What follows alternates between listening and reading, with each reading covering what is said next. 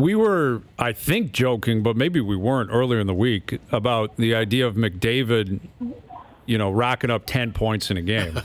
I think it was a serious conversation, but it's difficult to tell sometimes. Yes. And listen, last night he had 6 so quick that I was kind of thinking he might get up against it. But I threw out another number in the 4 p.m. hour, which I think is more realistic. McDavid and Draisaitl combined for 15 points in a game. Do you think that's possible? Well, why not? Right? They had 11 last night.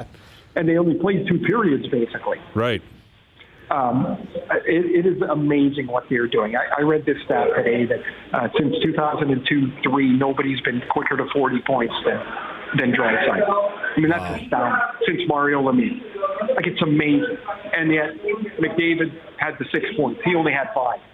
So he's got 41 points. The two of them are, they both lead the league, right? 1 and 2. Point guides 3 and 4 here for Boston. And it is astounding what McDavid can do. I said today, he's in this league because there isn't another one, right? Right, true. Where else is he going to play? I hope Tippett, don't screw around here. I understand that ideally they'd like to split them up, and they've talked about that forever. And then you've got more depth, but don't do it. Don't do it for the well-being of the sport. Leave the two of them together.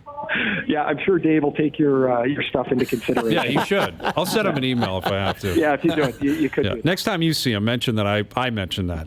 Yeah, I'll say, that guy that thinks he's a captain in Toronto? Yeah, he wants you to leave them together. Right. Ray, do you think it's sustainable what these guys are doing? I mean, they're pretty top heavy in Edmonton.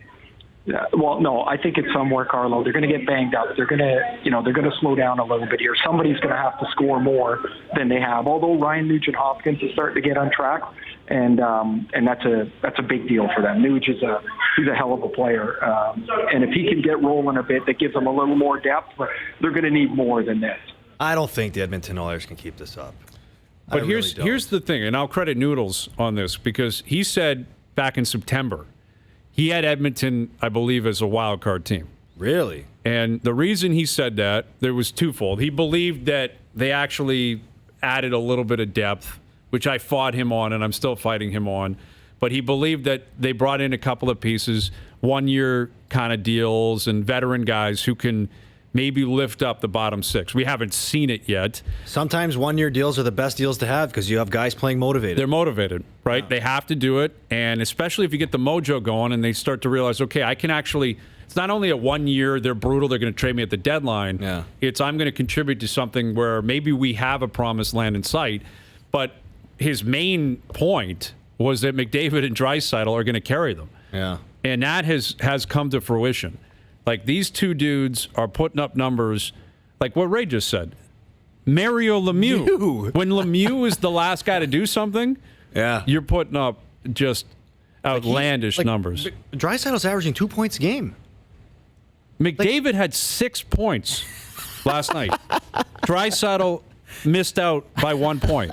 He had 5 assists. They're playing a video game, man. And they play. Look at this is so basic, and it might sound a little bit ridiculous, but I'll bet you if you're Dave Tippett or Ken Holland, you map it out like this: 22 minutes a night, we're the best team in the league, or close to it, because those two are on the ice.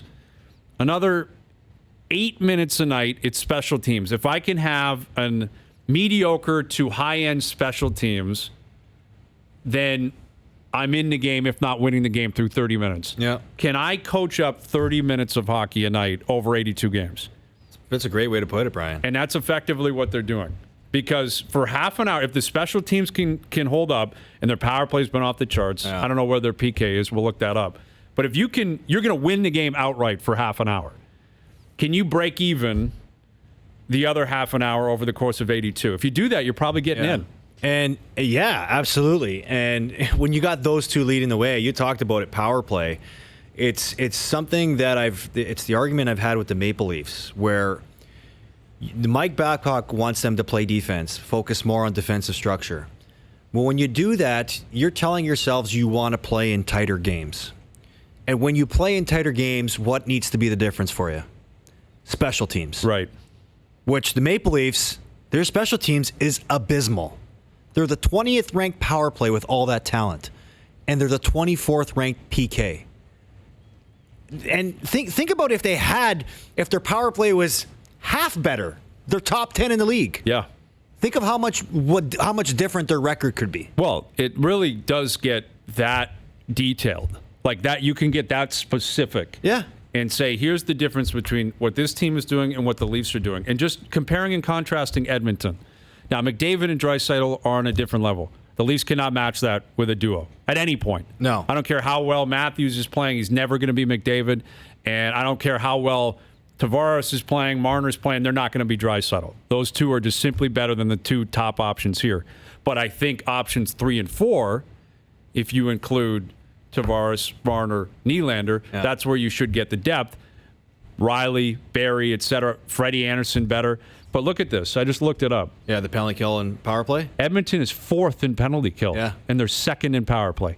There it is. That's the difference right there. There it is. Their power play with McDavid and Draisaitl go out and they penalize you.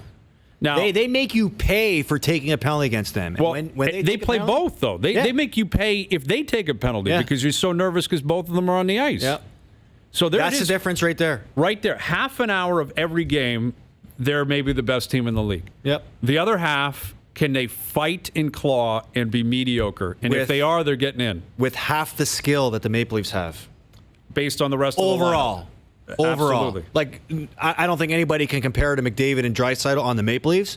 But when you go out through the depth of the team, the Maple Leafs are way deeper than Edmonton. If you look at, without question, like Matthews, Tavares, Marner, Nylander, as we know, McDavid and Draisaitl, but it's Nugent Hopkins. Who's the fourth guy? Zach Kassian?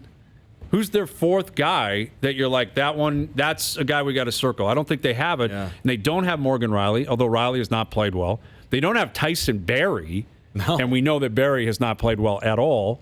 And their goaltenders can't match Freddie Anderson. But Edmonton's like, listen, man, we got the 2 best players in the world and top 5 special teams. If that continues, they're getting in. Yeah.